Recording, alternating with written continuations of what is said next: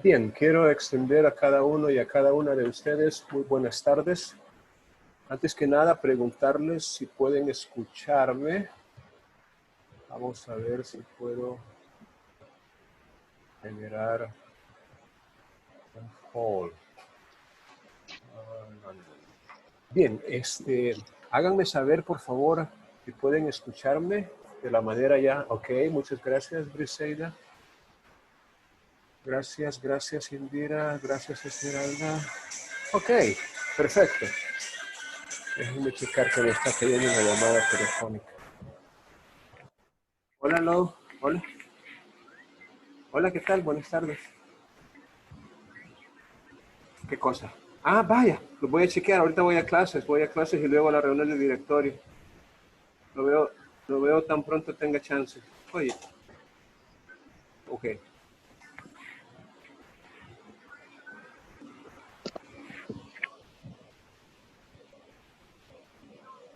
Ok. Ajá. Sí, sí, correcto.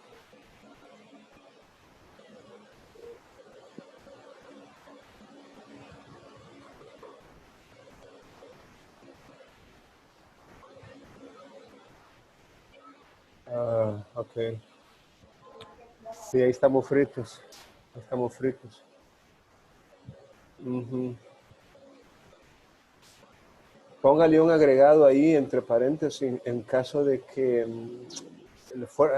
alguna situación de fuerza mayor no lo impida, algo así.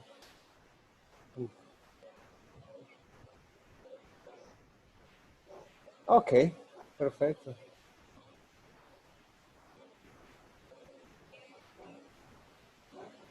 Ajá. Ah, ok, ok. Vaya, está bueno, seguro. Con gusto. Sí, no hay problema, seguro. Ok. Bueno, ok, seguro, hasta luego. Okay. Hola. Vaya, van a disculpar, he tenido una llamada importante. Ok, entonces, si todo está listo, quisiera comenzar. Y la manera que voy a comenzar es preguntándoles si tienen algún comentario, alguna pregunta, alguna duda o algo que quisieran que se pudiera ampliar. Es decir, cualquier interrogante que ustedes tengan Buenas en tardes. relación. Sí, buenas tardes, le Sí, escucho. yo tengo tres interrogantes. Dos son en relación con el tema de esta semana y una para satisfacer mi curiosidad sobre un tema. Ok, perfecto. Las primeras dos tienen que ver con el principio de obligación de colaborar. Okay. En los cuatro aspectos a considerar que usted colocó, me llama la atención los últimos dos. El primero dice que tiene una repercusión sancionadora. Sí, comprendo eso, pero mi pregunta es, cuando se hace un incumplimiento a esta obligación de colaborar, esta repercusión sancionadora, ¿quién es la que la emite o a dónde se va a resolver este caso por incumplir ese principio? Esa es la primera. La segunda es respecto al término de regla de reversión de la carga de la prueba. Es así, digamos que no lo comprendí muy bien y no lo pude relacionar con el principio aquí mencionado. Esa es la segunda. Bien. La tercera es que aquí se menciona mucho sobre en el principio dispositivo de la disposición que tienen las partes de la pretensión y que hay mecanismos autocompositivos como la conciliación, la transacción, la negociación, pero también está el tribunal arbitral, que es de jurisdicción privada. Entonces, ¿cuáles son, o si hay un tribunal aquí en el país que se dedique solamente a resolver arbitrajes y que no tengan conexión con el Estado? Porque los que yo conozco son de alguna autoridad estatal, solamente. Muy bien, gracias. Bien, comenzando con la primera pregunta, nos remitimos al artículo 12 del Código Procesal Civil y Mercantil, que es el que contiene este principio relacionado con la colaboración o la obligación de colaborar. Me pregunto, ¿ustedes pueden ver en pantalla el artículo 12 del Código Procesal Civil y Mercantil que en teoría yo debería estar compartiendo? Porque si no, voy a hacer algún ajuste por aquí. No sé. Creo que no lo tengo. Ahora creo que sí, ¿verdad? ¿Pueden ver en pantalla el artículo 12?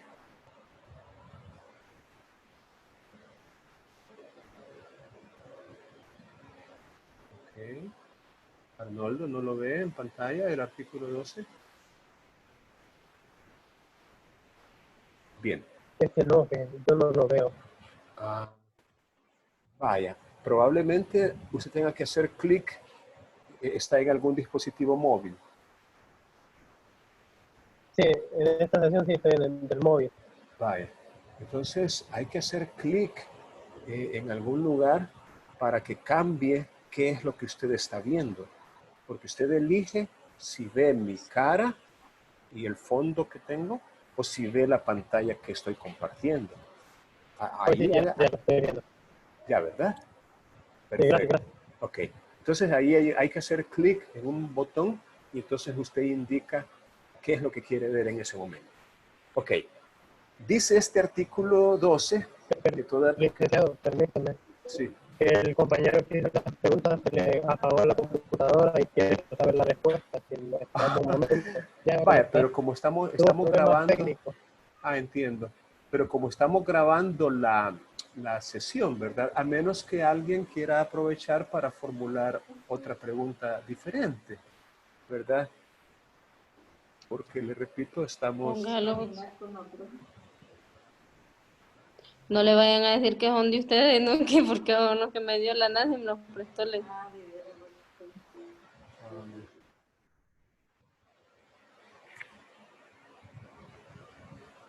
Vamos a ver. ¿Alguien más quiere formular alguna pregunta en lo que se conecta el compañero? Ya estoy aquí. Ya. O ya se conectó. Sí, sí, ya. Es que se me apagó la Va, computadora un momento. perfecto. Entonces, les decía que tengo en pantalla el artículo 12 del Código Procesal Civil y Mercantil, que es el que desarrolla este principio relacionado con la obligación de colaborar. Toda persona o autoridad está en esa obligación cuando sean requeridas para ello.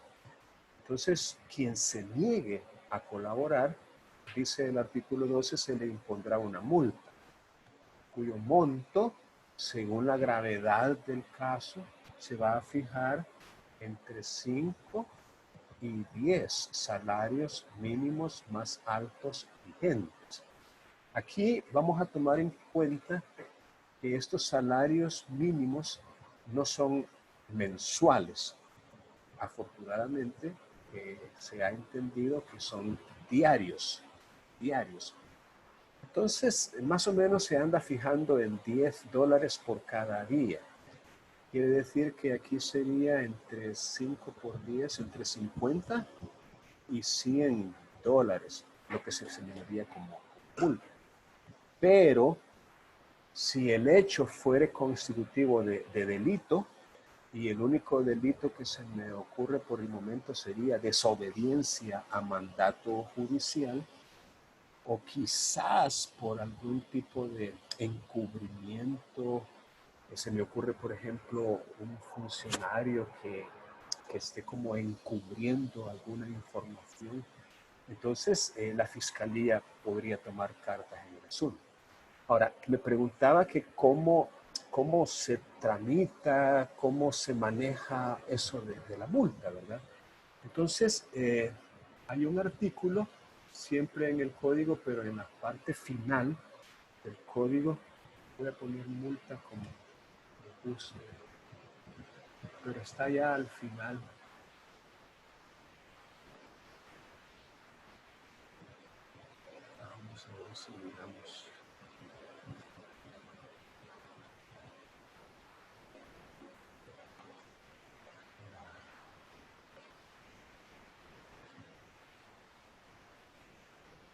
Mire qué interesante, aquí hay otro artículo, el 613, que también se relaciona con el artículo 12, que acabamos de leer, por cuanto también impone ese deber de colaboración. Pero vamos a ver, o sea, la multa parece ser un término muy, aquí, el artículo 701, ese es el que yo quería traer a cuenta, porque es el que da respuesta puntual a la pregunta que formulaba el compañero. Las penas pecuniarias que conforme a este código se incurra por una falta, exceso o por contravenir a lo ordenado en el mismo. Si se tratase de las partes, se le dará audiencia por 48 horas y con lo que conteste o sin ella, se confirmará o revocará dicha pena. La certificación que de lo actuado se extendiere será título ejecutivo. Más, si se trata de un funcionario, cualquiera de las partes podrá dirigirse al Tribunal Superior en Grado, a fin de que, observando el mismo procedimiento aplicable a las partes, haga efectiva la multa por el sistema de retención. Lo antes dispuesto para las partes se extenderá a cualquier otro interviniente en el proceso. Este es el único artículo que hace referencia a cómo se maneja eso de las multas una vez impuestas, si se trata de una de las partes o de cualquier otro interviniente en el proceso. Entonces se le va a dar una audiencia por 48 horas para ver si él tiene alguna justificante que alegar para que se le revoque la multa impuesta. Pero si no la tuviera, entonces se le va a confirmar y va a tener que pagarla. Y si no lo hace, pues entonces estaríamos en presencia de un título ejecutivo que daría lugar a un reclamo por parte del Estado, representado por la Fiscalía General de la República, para hacer efectivo el pago por la vía judicial, por la vía coactiva, incluyendo embargo y todo lo que un proceso ejecutivo implica. Entonces, esa sería como la respuesta. Lo que me estoy dando cuenta ahorita es que no veo yo a un tercero ajeno al proceso, es decir, a una persona particular que también cae en la obligación genérica del artículo 12 y con respecto a él no veo de momento un procedimiento, pero entendería yo que siempre habría que darle audiencia una vez determinada la multa. Como quien dice, ante el incumplimiento, la negativa, el rechazo, la negligencia en cumplir, entonces el juez igual está facultado para imponerme una multa, que ese es el efecto sancionatorio que tiene este principio, y darle audiencia, porque siempre es importante oír a aquella persona a la cual se le va a privar de alguno de sus derechos en base al principio de audiencia establecido constitucionalmente. Entonces, en ese caso, siempre habría que darle audiencia por 48 horas y con lo que diga, valorar si hay una justificante real y en ese caso, pues revocar la multa. Pues si no la hay, entonces confirmarla y igual hacerla efectiva. O sea, aplicar pues el mismo artículo 701. La otra pregunta que me formulaba tiene que ver con la reversión de la carga de la prueba. Fíjese que nosotros tenemos un principio moderno, por cierto, tiene que ver con un tema de la prueba, y tiene que ver con los principios de la prueba, que le llama, no recuerdo exactamente, pero dinamismo o el principio de la prueba dinámica. Algo así es el término que se ha utilizado por algunos autores para explicarlo. Y básicamente lo que el principio significa es que en algunos casos la carga de la prueba le corresponderá al que está en opción de proveerla. No así al que no tiene esa opción, esa oportunidad o esa posibilidad de proveer el medio probatorio. Manejemos un ejemplo. Imagínese que usted tiene un reclamo contra un banco, por ejemplo. Y el banco es el que guarda, el que archiva todos los documentos relacionados con las gestiones o los trámites, y aunque de vez en cuando le pueden dar copia y le dan copia, digamos que los documentos originales son conservados por ellos. Que conste, los bancos, con excepción de los estatales, son sociedades anónimas de capital privado.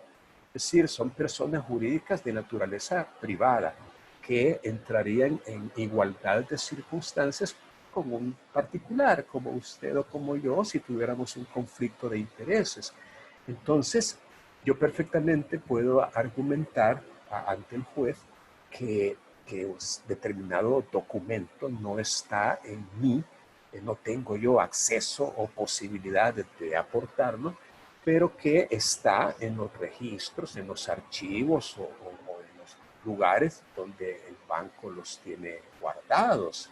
Entonces, esa reversión de la carga de la prueba, a eso apunta, a la posibilidad de que el que tiene la carga de probar no sea el que la aporta, el que la ofrece, el que la necesita o el que la quiere utilizar, sino aquel que está en mejores posibilidades de aportarla.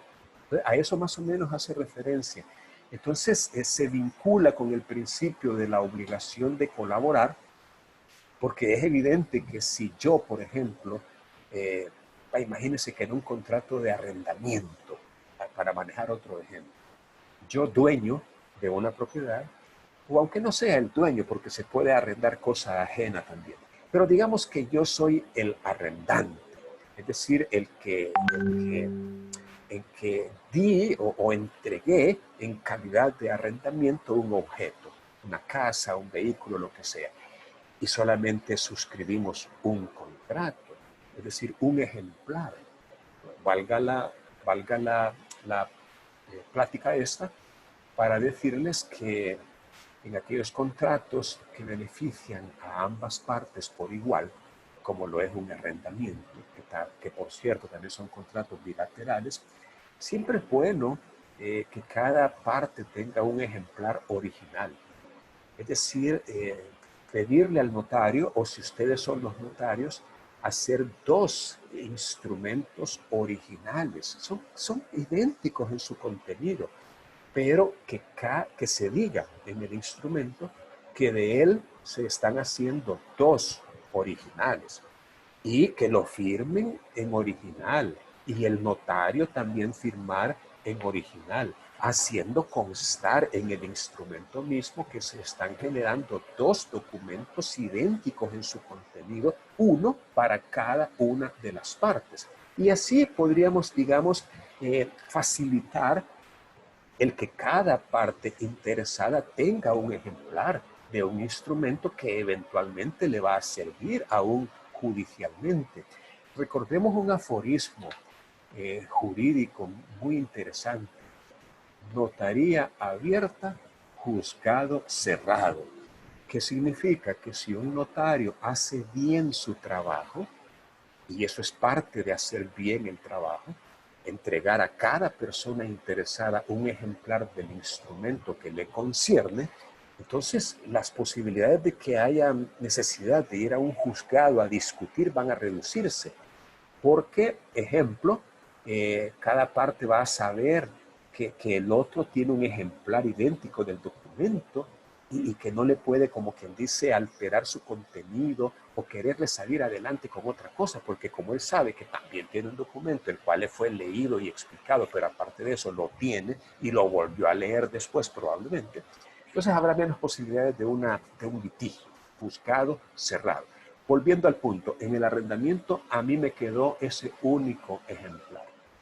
Y el que entabla la demanda no soy yo, sino que es el arrendatario, la otra persona, la que no tiene el documento en sus manos. Entonces, en ese caso, al demandar, él podría decir, mire, señor juez, el contrato original de arrendamiento no lo tengo yo, lo tiene el arrendatario. Entonces, le pido que por favor le prevenga para que lo presente en el proceso. Entonces, es un ejemplo de reversión de la carga de la prueba en cuanto la prueba, de alguna manera, pertenece no a la parte que la presenta, sino al proceso. Hay un principio de comunidad de la prueba que vamos a ver en su momento. La prueba es común al proceso y le pertenece al proceso y no a las partes. Y en base a esos principios, junto con el de obligación de colaborar, se le puede requerir que lo presente a una persona distinta. Y la tercera pregunta ahí me va a ayudar a recordármela porque ya se me olvidó. Sí, está bien. Era con respecto a los tribunales arbitrales, a los de jurisdicción privada. ¿Cuáles son los tribunales que hay acá en nuestro país? Vaya, Que no pertenezcan a una autoridad estatal. Sí, mire, la verdad es que dos personas como usted y como yo, al redactar un contrato, podríamos pactar expresamente que en caso de controversia, el asunto se resuelva por medio de un árbitro. El tema del arbitraje, digamos que tiene su propia, es un objeto de estudio independiente, muy importante en algunas situaciones, pero hay varias clases de árbitros, es decir, hay árbitros que son amigables con ponedores, que no necesariamente tienen que ser abogados ni conocer el derecho, basta con que tengan experiencia en la vida y mucho sentido común. Y las partes, o sea, los contratantes perfectamente pueden pactar que en presencia de un conflicto de intereses, en presencia de una diferencia de opinión, de una controversia surgida en virtud de ese contrato, el asunto se resuelva no por los tribunales comunes, sino por medio de un árbitro, el cual incluso podría ser un amigable componedor, o sea, un árbitro que no necesariamente tiene que ser un abogado. O podrían pactar que sea un árbitro de derecho, es decir, ya una persona especializada en el asunto, o incluso podrían pactar que sea un tribunal arbitral, es decir, más de uno. O sea, un tribunal ya habla de un equipo de dos, tres árbitros. Entonces, esto tiene como fundamento legal una ley que la podemos buscar en la plataforma virtual de la Corte Suprema de Justicia, que precisamente, si mal no recuerdo, es ley de mediación, conciliación y arbitraje. O sea, hay una ley que especialmente regula el tema, les recomiendo que la puedan buscar, ley de conciliación, mediación y arbitraje, donde podemos encontrar los pormenores de cómo se estructura y cómo se resuelve. Pero el punto aquí es de que en las formas de resolver un conflicto de intereses, aparte de la sentencia como medio heterocompositivo, aparte de la sentencia judicial, podemos también encontrar una sentencia no judicial a la cual se le llama laudo, L-A-U-D-O, laudo arbitral, ¿verdad? Que es precisamente la resolución que pronuncia no un juez de derecho formando parte de un tribunal de justicia, sino un árbitro, un árbitro. Entonces, el punto aquí es ese, que existe también, además de la sentencia, esa otra alternativa de una solución heterocompositiva, que es cuando un tercero ajeno al pleito lo resuelve porque las partes se han sometido a su jurisdicción y competencia, ¿verdad? Ya sea a través de una sentencia que resuelva el asunto o a través de un laudo arbitral. Bien, ¿alguien más quiere formular alguna pregunta? Porque es muy importante cuando ustedes están estudiando los contenidos, tener un papel y lápiz a la mano e ir subrayando, incluso coloreando a veces, haciendo anotaciones al margen de lo que ustedes están leyendo.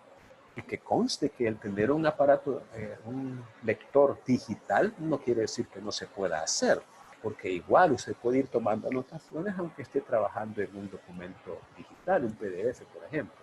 Entonces, Si tienen alguna otra pregunta, por favor, formúlenla en este momento.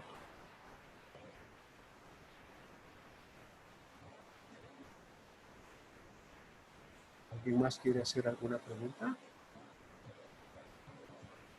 Bueno, entonces voy a...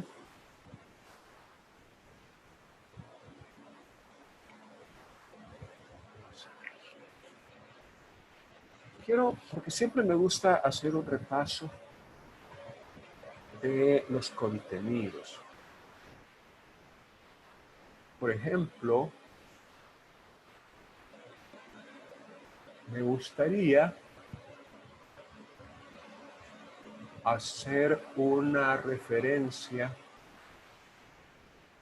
a lo que ustedes estuvieron trabajando como evaluación de la semana 2, que es precisamente la resolución de casos. Vale. Vamos a hacer algunos, bueno, de hecho,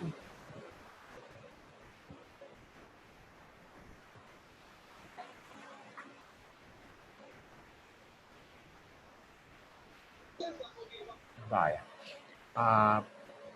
Repito la pregunta, ¿pueden ver en pantalla ahorita los casos? Indíquenmelo por favor si pueden ver. Gracias René, gracias Tatiana, gracias Scarlett. Ok, gracias Jessica. Bien, entonces aquí aparece el primero de 3 casos que les fueron presentados a su consideración y que van a ser objeto de una evaluación sumativa, ¿verdad? Vamos a pedirle a Yaritza Maideli Franco, por favor, que lea el caso, tal como aparece ahí en pantalla. Lea el caso, por favor. Yaritza.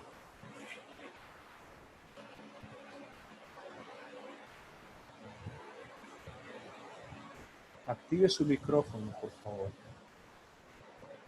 Yaritza Maideli Franco.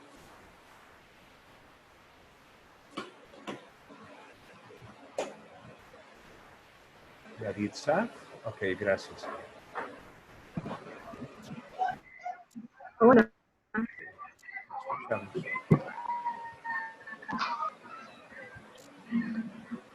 No sé si me escucha bien, Liz. Sí, La verdad no le escucho escucho muy bien. Le escucho bien. Ajá. Puede comenzar a leer. Ok. En un proceso común, el demandado es emplazado en legal forma y le es otorgado el plazo de 20 días hábiles para contestar la demanda, según lo establecido en el artículo 283 del Código Procesal Civil y Mercantil. Justo en el día 10 del plazo establecido, el demandado decide contestar la demanda en sentido negativo, luego de presentada la contestación. En el día siguiente, el juez convoca a las partes a la celebración de la audiencia preparatoria, de conformidad al artículo 290 del Código Procesal Civil y Mercantil. Dicha resolución le es notificada a las partes el día siguiente de haberse proveído. El demandado, al ver la resolución del juez, al día siguiente, presenta un escrito en el que efectúa alegaciones adicionales a las ya planteadas, pues considera que aún se encuentra en el plazo para hacerlo. Al día siguiente, el juez le resuelve no al lugar el incorporar las nuevas alegaciones, porque ya había contestado la demanda con anterioridad y fue por eso que convocó a las partes a la audiencia. Muy bien, Es Yaritza. contraria a la decisión del... Ok. Sí, está bien, gracias. Bien, ese es el planteamiento del caso. Espero que todos podamos comprenderlo, ¿verdad? Porque el primer paso, llamémoslo así, para resolver un problema es comprenderlo completamente. ¿Alguien tiene alguna duda en cuanto al planteamiento del problema antes de hacer las preguntas? Si alguien tiene alguna duda, la puede formular ahorita. Araceli tiene encendido el yes. Ahí es la manito la que pueden utilizar. La manito. Vaya, entonces voy a asumir que el caso está claro y que lo han comprendido. Ok, la primera pregunta es la siguiente. ¿Es contraria la decisión del juez a algún principio del proceso? Y en ese caso, ¿cuál o cuáles principios serían los inobservados? ¿Alguien quiere opinar al respecto?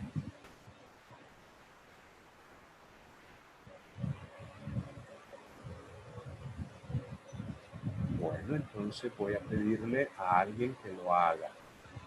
Voy a pedirle a Jocelyn. Jocelyn Karina. Quiero oír su opinión al respecto, por favor. Jocelyn Karina. ¿Me escucha, licenciado? Sí, sí, le oigo. Un poquito suave, pero le escucho. Bien.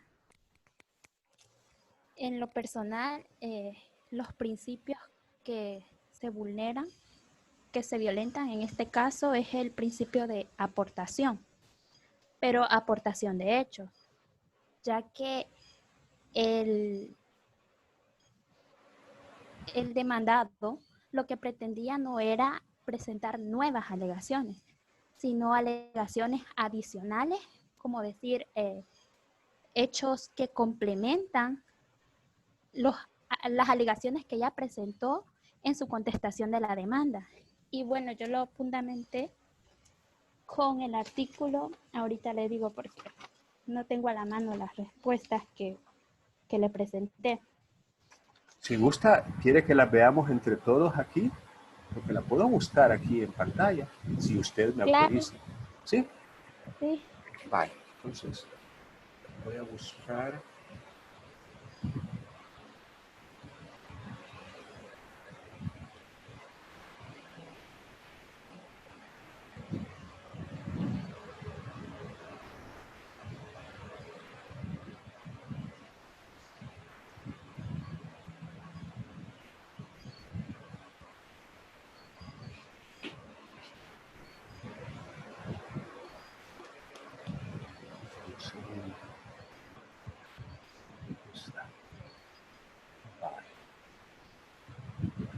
Entonces aquí está su respuesta.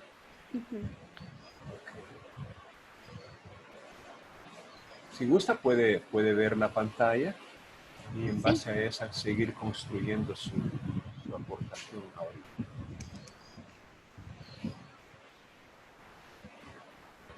Bien, como pueden observar todos, que en mi opinión se violenta el principio de aportación relacionado a los hechos, porque el juez no admite las alegaciones adicionales que el demandado estaba presentando posterior a la contestación de la demanda. Entonces, en base al artículo 282, inciso segundo del Código Procesal Civil y Mercantil, que habla sobre la excepción a poder presentar o formular alegaciones complementarias a las ya presentadas en un inicio, sea yo lo entiendo, sea en una demanda o en la contestación de la demanda. Y esto dice de que debe de hacerse en base a los términos previstos en el presente código. Y esos términos, a mi parecer, son los establecidos en el artículo 307 de la misma normativa, en la cual permite de que las partes puedan poner de manifiesto, ya sea en audiencia o como en este caso, a través de un escrito, porque todavía no se había realizado la audiencia preliminar, entonces pueda presentar hechos que hayan ocurrido con posterioridad, en este caso a la contestación de la demanda, y que a su vez estos sean relevantes en el proceso que se va a llevar a cabo. Sean hechos ocurridos con posterioridad o hechos que se conocieron, que sucedieron antes de la contestación de la demanda, pero que como demandado me di cuenta luego de haber presentado la contestación. Muchas Asimismo, gracias. ajá, Continúe, sí, continúe. luego se violenta el principio de protección jurisdiccional, porque el demandado pues tiene derecho a realizar los actos procesales que él estime convenientes para poder fundamentar su defensa. Y en este caso, pues, a mi parecer, si la ley le permite de que pueda presentar alegaciones complementarias, pues el juez, tomando en base las disposiciones que establece el Código Procesal Civil y Mercantil, debió pues aceptar, admitir esas alegaciones complementarias, y si no las admitía, debió haber motivado su decisión. Esa es. Muy bien, Jocelyn. Muchas gracias por su participación. ¿Alguien quisiera agregar algo a lo que Jocelyn nos ha manifestado?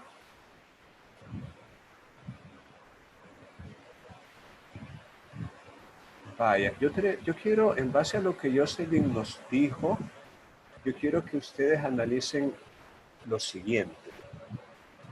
Esos 20 días que la ley le da a todo demandado en un proceso común para contestar la demanda, 20 días hábiles por cierto, no se toman en cuenta los fines de semana, sábados y domingos, ni aquellos días feriados, de vacaciones, de asuetos, es decir, hábiles. Ahora, ¿será que el juez tiene que esperar que transcurran los 20 días hábiles para continuar dándole el impulso procesal, o puede él hacerlo antes de que esos 20 días hábiles venzan, por el hecho de que el demandado contestó en el 10º día? Igual pudo haber contestado porque a lo mejor ya tenía nociones de que lo iban a demandar en el primer día de los 20 que le dieron. El punto aquí es si el juez está facultado para darle impulso al proceso antes de que esos 20 días terminen o transcurran, ya solo porque el demandado ya utilizó su derecho ¿cuál es la palabra?, de resistirse a la demanda a través de la contestación. ¿O será que el demandado, a pesar de que ya presentó un escrito contestando la demanda, será que todavía tiene oportunidad de presentar un nuevo escrito siempre y cuando esté dentro de los 20 días que se le concedieron inicialmente? Es decir, ¿será que él todavía puede, mientras no hayan transcurrido los 20 días hábiles, presentar un nuevo escrito y que conste, Jocelyn, no necesariamente complementario o como quien dice con argumentaciones adicionales a los hechos que incluyó en su primer escrito? Podría ser hechos totalmente diferentes. Es decir, ¿qué importa si tienen o no relación con los hechos que mencionó en su primer escrito? Si todavía tiene tiempo para presentar un nuevo escrito, la pregunta del millón aquí es ¿por qué no? Si todavía tiene tiempo para hacerlo. ¿O será que por el hecho de haber contestado la demanda en el 10º día o en el primer día, está tácitamente renunciando a los otros días? Esa es la pregunta que yo quiero que ustedes analicen ahorita, ¿verdad? Para que en base a eso usted me diga, mire, Lick, yo pienso que, y deme su opinión, ¿verdad? De eso nos nutrimos todos y construimos conocimiento. Indira tiene uso de palabra. Buenas tardes. Buenas tardes. Yo el caso vi de la siguiente manera. Para mí, cuando el abogado contestó la demanda, me parece, bueno, no recuerdo los artículos que voy a mencionar, pero ¿Quiere que los pongamos en sí, pantalla? sí. Sí, si quieres. Vaya, Ajá, pues, yo ahorita. la forma que lo vi es que el abogado al presentar ya la contestación, la ley dice que el juez tiene, o sea, 3 días y tiene que señalar la audiencia. Entonces, en eso para mí el juez no está mal. Eh, pero ¿puedo tocar la segunda pregunta también?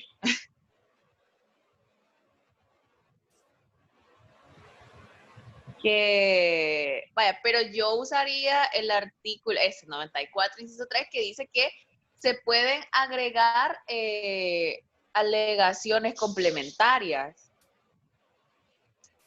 Ok. Muy bien. ¿Algo más? No, solo Ok, eso. muy bien, muchas gracias. Sin embargo, usted mencionó en su primera respuesta una violación al principio de legalidad, ¿verdad? Ok, y también al de defensa y contradicción. Ok, bien, perfecto. ¿Alguien más quiere opinar con respecto a este primer caso?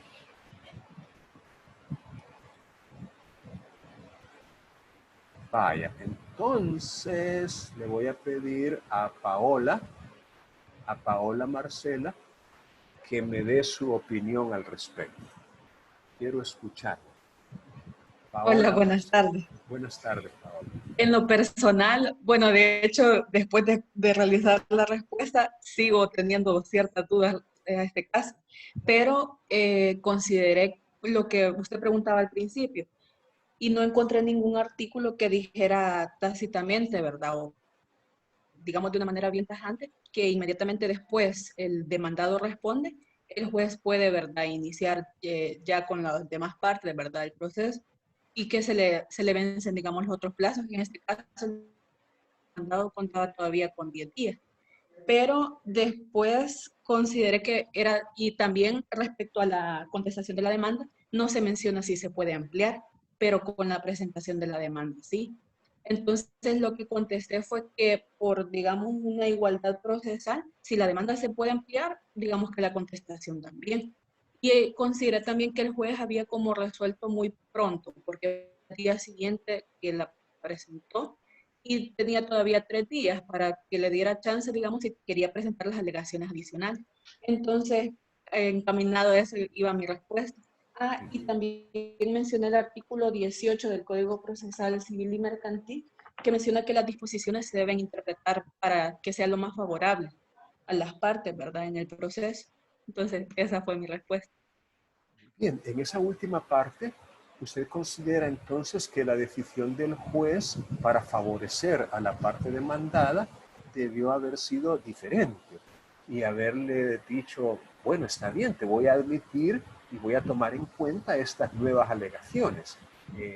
¿Eso es lo que usted concluyó? Sí, esa es mi consideración. Muy bien, gracias. ¿Alguien más quiere opinar?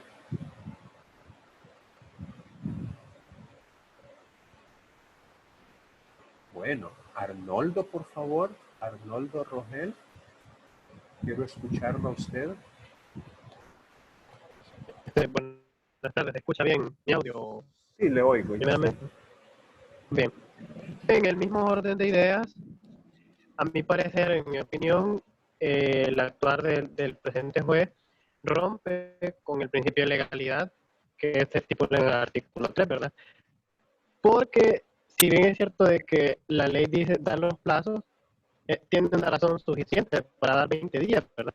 Porque puede pasar cualquier situación que necesiten las partes alegar agregar nuevas alegaciones, ¿no? Y estas se fundan en el derecho de defensa, que también para mí fue violentado, porque así como se presenta la demanda y se puede ampliar, la contestación de la demanda también se puede ampliar, haciendo un seguimiento del planteamiento de mi compañera Paola, ¿verdad? Y también partiendo de que esto es un principio de igualdad de las partes o igualdad de armas, así como uno puede alegar hechos y presentar pruebas, la otra también puede. Y los que ella considere pertinentes para, para fundar sus pretensiones. Y el actuar de que sea el siguiente día la resolución del juez, parece que desnaturaliza el proceso en razón de que como todo tiene un tiempo, ¿verdad? El principio de preclusión procesal y incluso la ley le da un gran intervalo de tiempo de 20 días hábiles para que ellos puedan presentar las pruebas que ellos consideren pertinentes partiendo del principio de dispositivo. Y esa creo que es mi opinión. Bueno, Muy esa bien, es mi muy bien. opinión. Muchas gracias, Arnoldo. ¿Alguien más quisiera participar opinando? Hola, Alex. Hola, hola. Yo solo quiero hacer un aporte que varía bastante con la opinión que han dado mis compañeros. Muy Yo, en bien, mi muy bien. considero que no se había violentado ningún principio debido a que, como el juez ya había señalado audiencia, cuando se realice la audiencia, la parte podía plantear algún incidente y ahí incorporar lo que, lo que la parte quería agregar.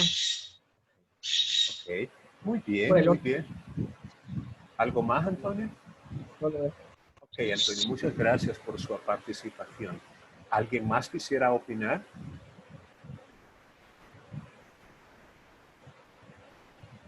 Bueno, ahora le voy a compartir mi opinión, ¿verdad? Por supuesto, no pasa de ser una opinión personal, ¿verdad? Yo considero que efectivamente los 20 días que se le han dado al demandado, considero que deberían ser respetados en su magnitud.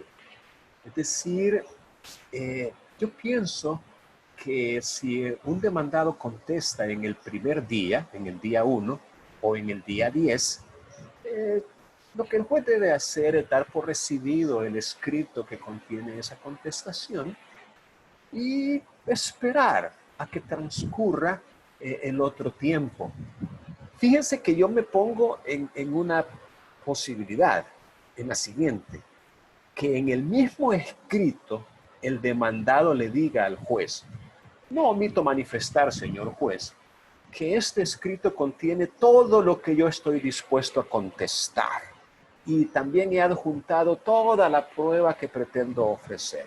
Y le pido expresamente que sin más trámites señale día y hora para la audiencia preparatoria. En ese hipotético caso, en que el demandado mismo lo pida expresamente y por escrito, ahí sí, yo le daría la razón al juez, ¿verdad? Porque se lo están pidiendo en base al principio dispositivo. Pero mientras no haya una petición expresa del demandado, yo pensaría que el juez no está facultado legalmente para dar por renunciado al resto del plazo.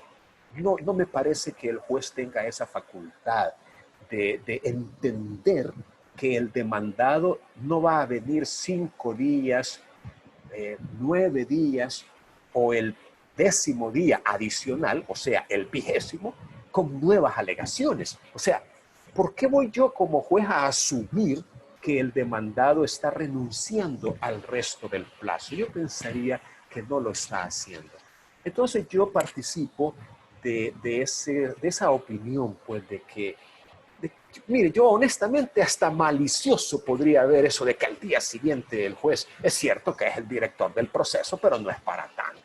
O sea, yo en lo personal pensaría de que sí hubo tal vez una inobservancia de ese principio. Ahora, tal vez para que les sirva como parámetro comparativo, en materia de recursos y especialmente en materia del recurso de casación, fíjense ustedes de que si uno presenta un recurso de casación, uno tiene 15 días para presentarlo.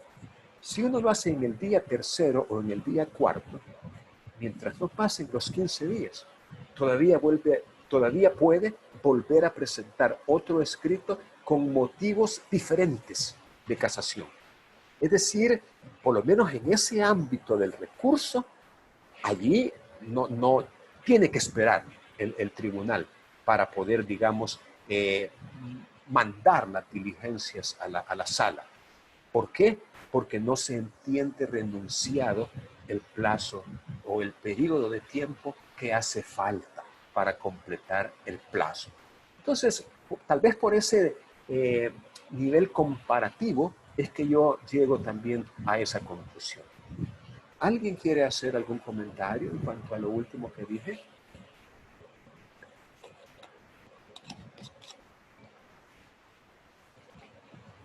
Bien, vamos a pasar entonces al siguiente caso, al caso número 2. Esta es la pregunta número 2. Este es el caso número 2. Le voy a pedir que lo lea a Briseida. Briseida Díaz. Léalo, por favor. Buenas tardes. Buenas tardes. El caso de dice, los alumnos de la cátedra Procesos Declarativos Civiles y Mercantiles presenciaron una audiencia preparatoria en las instalaciones del Juzgado Segundo de lo Civil y Mercantil de la ciudad de San Miguel. Una vez culminada la audiencia, se presentaron a la Secretaría del Juzgado a solicitarles fuera proporcionado el expediente que documenta el proceso en el cual se llevó a cabo la aludida audiencia, pues le manifestaron al secretario de la sede judicial que lo necesitan para obtener unos datos que el profesor de la referida cátedra les ha solicitado. Gracias. La primera pregunta de ese segundo caso dice, en caso de que no los hubieran dejado entrar a la audiencia, ¿qué principio consideran se violentaría? ¿Alguien quiere opinar?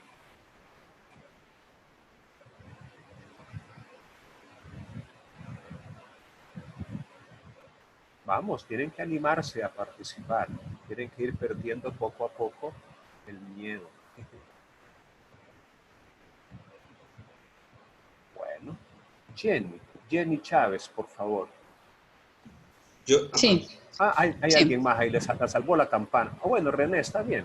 Después. No, si quiere que lo diga la compañera y después lo. Ok, gracias. Okay. Bueno, yo, no se preocupe. Okay. A esa pregunta, yo creo que sí se violenta el principio de publicidad, que lo encontramos ahí en el artículo 9 y también en el artículo 200 del Código Procesal Civil y Mercantil, que habla sobre el régimen de publicidad en las audiencias.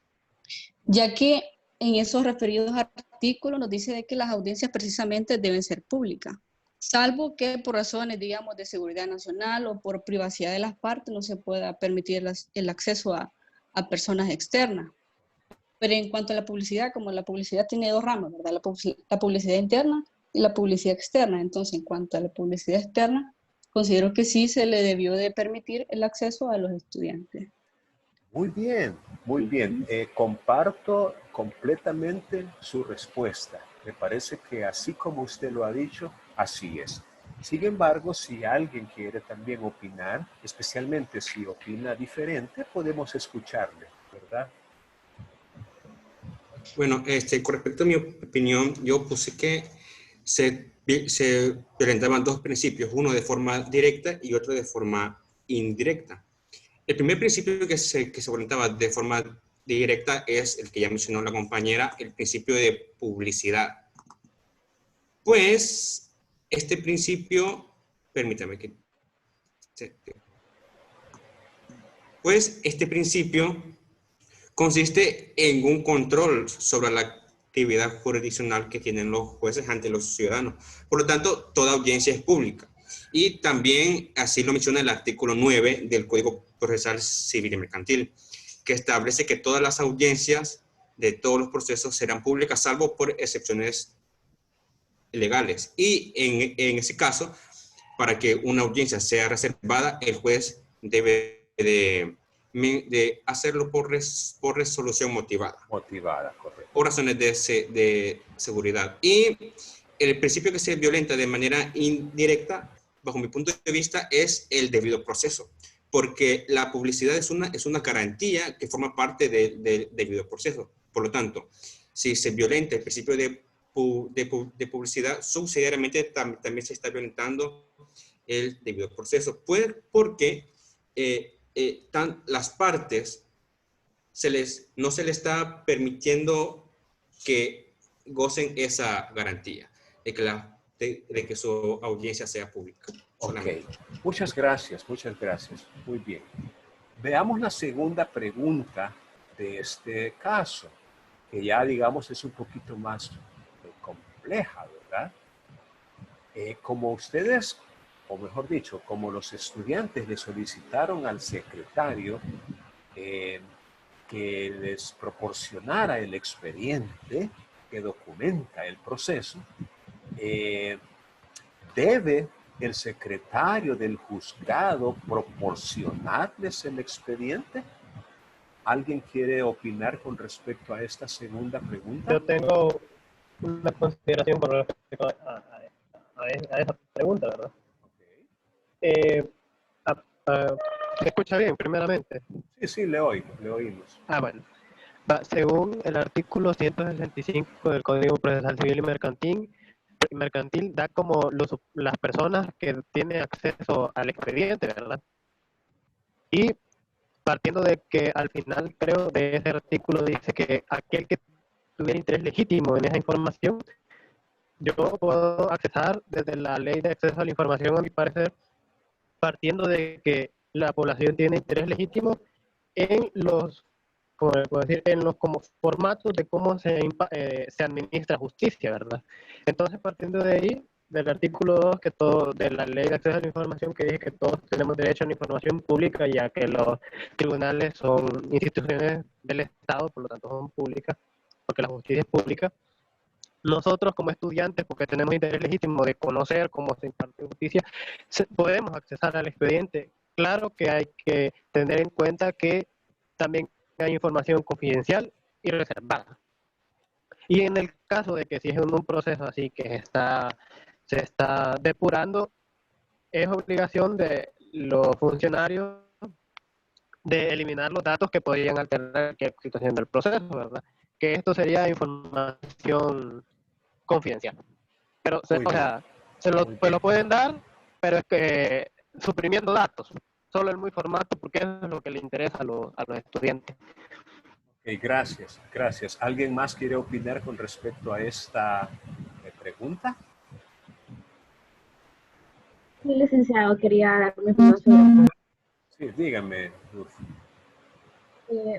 Con respecto a esa pregunta, es muy interesante para mí, porque si el secretario del juzgado le proporcionara un expediente a una persona, tomando en cuenta de que si nos proporcionan a nosotros, es que tiene que estar de acuerdo a las partes. No sé si estoy en lo correcto, porque sería la exhibición del expediente y la publicidad de la audiencia. Sería el expediente más la audiencia y la publicidad. Considero también de que si una persona está en un proceso, como lo mencionó mi compañero, estoy de acuerdo, pero también sería importante reconocer la opinión de las partes. Sería que tengo una duda también, sería que si el juez puede proporcionar el expediente sin el consentimiento de las partes, o es necesario o obligatorio pedirle la opinión a las partes. Muy bien. Vaya, vamos a ver qué dice el artículo citado por su compañero o algún otro que haga relación con el asunto. Vamos a irnos al Código Procesal Civil y Mercantil.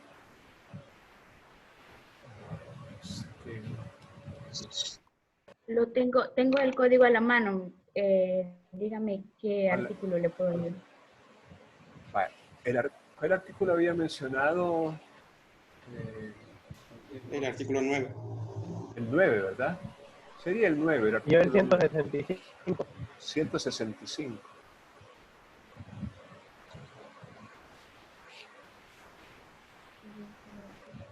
Vaya, el 165, derecho de acceso al expediente.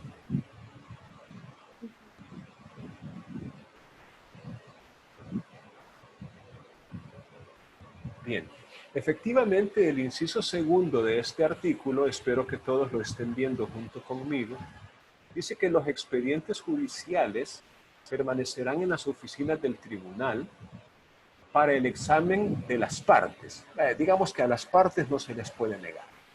Y de todos los que tuvieran interés legítimo en la exhibición conforme a lo dispuesto en este código. Y no podrán ser retirados de la sede del tribunal. Efectivamente, el artículo tiene relación con la pregunta y es fundamental para encontrar una respuesta. Y el otro artículo es el 9, ¿verdad?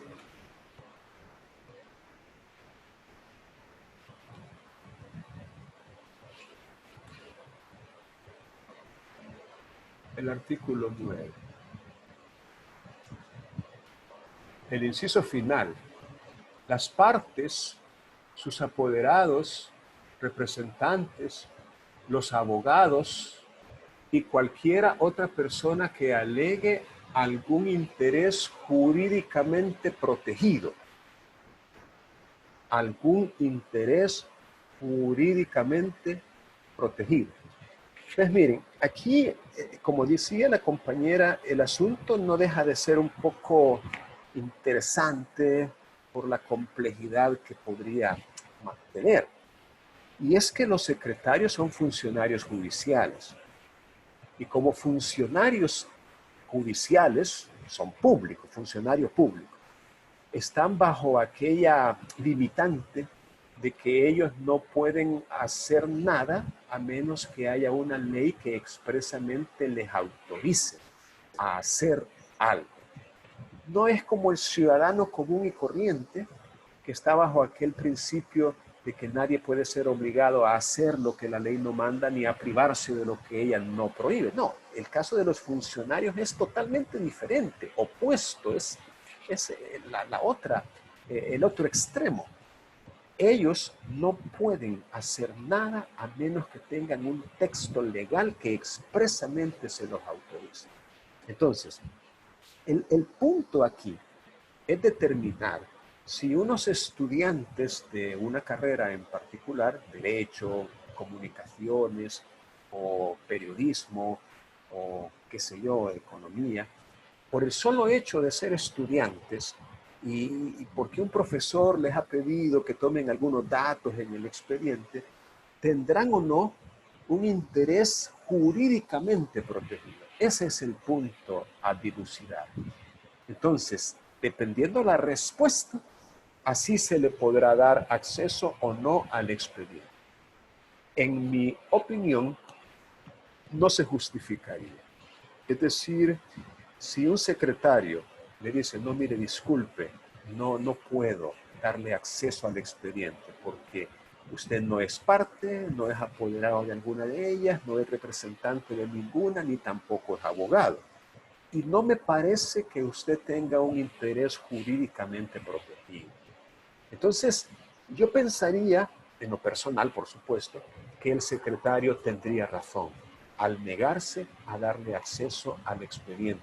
En principio, él es custodio de esos expedientes y en realidad no me parece que caigan los estudiantes de Derecho en esa categoría de tener un interés jurídicamente protegido, porque estamos hablando no de un interés general, sino de un interés en relación con el asunto que está en ese expediente.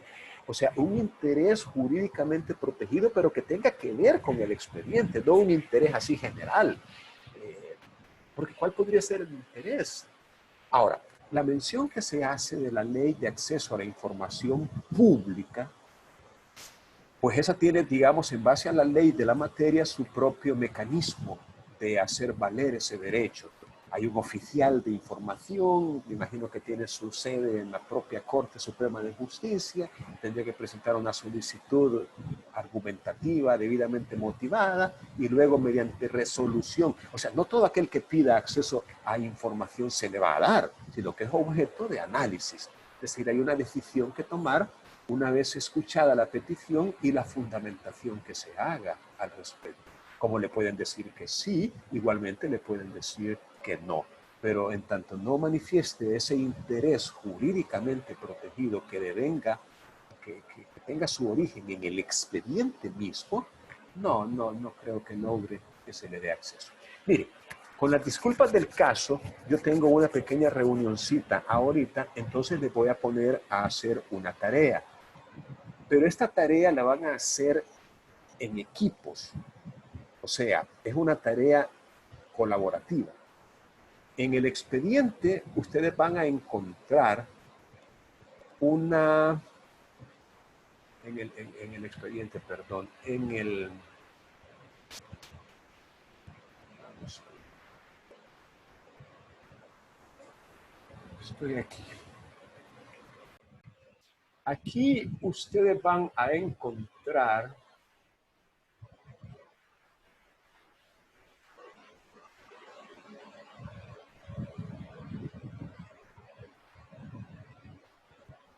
vamos a ver.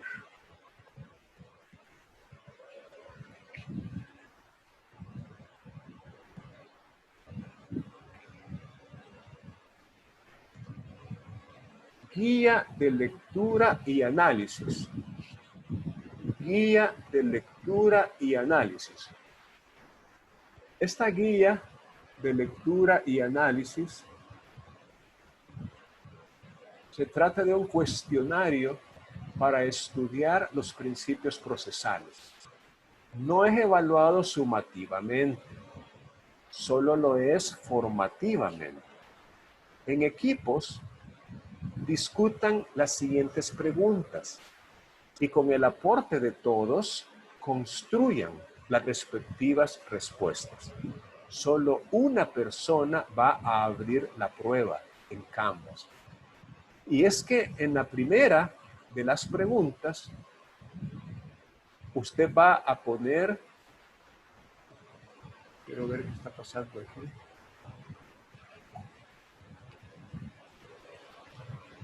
Bueno, yo lo voy a terminar de preparar ahorita, pero en la primera de las preguntas, usted va a poner los nombres de los 2, 3 y hasta 4 miembros del equipo. Ahora, ¿cómo se van a comunicar entre ustedes? Pues pueden utilizar el Microsoft Teams, pueden utilizar el Zoom o el Google Meet o Skype o cualquier otro mecanismo de comunicación, el WhatsApp o el Facebook. Usted sabrá qué mecanismo elegir para comunicarse entre sí. Pero tiene que ser parejas, 3 o 4. Uno solo, no. Entonces, voy a terminar ahorita la sesión y les queda esta actividad. Ustedes coordinen si la pueden comenzar ahorita mismo. Ahí coordinan o cuando la hacen. Pero les va a quedar abierta para que la puedan trabajar como complemento de esta sesión que no pudimos terminar, ¿verdad? Por la reunión que tengo yo ahorita. ¿De acuerdo? Entonces, de momento el mismo Zoom me está dejando un reporte de su asistencia. Yo la voy a pasar después al control de asistencia que llevamos. Así que eso sería todo por el momento. Que pasen muy buenas tardes. Buenas tardes, gracias.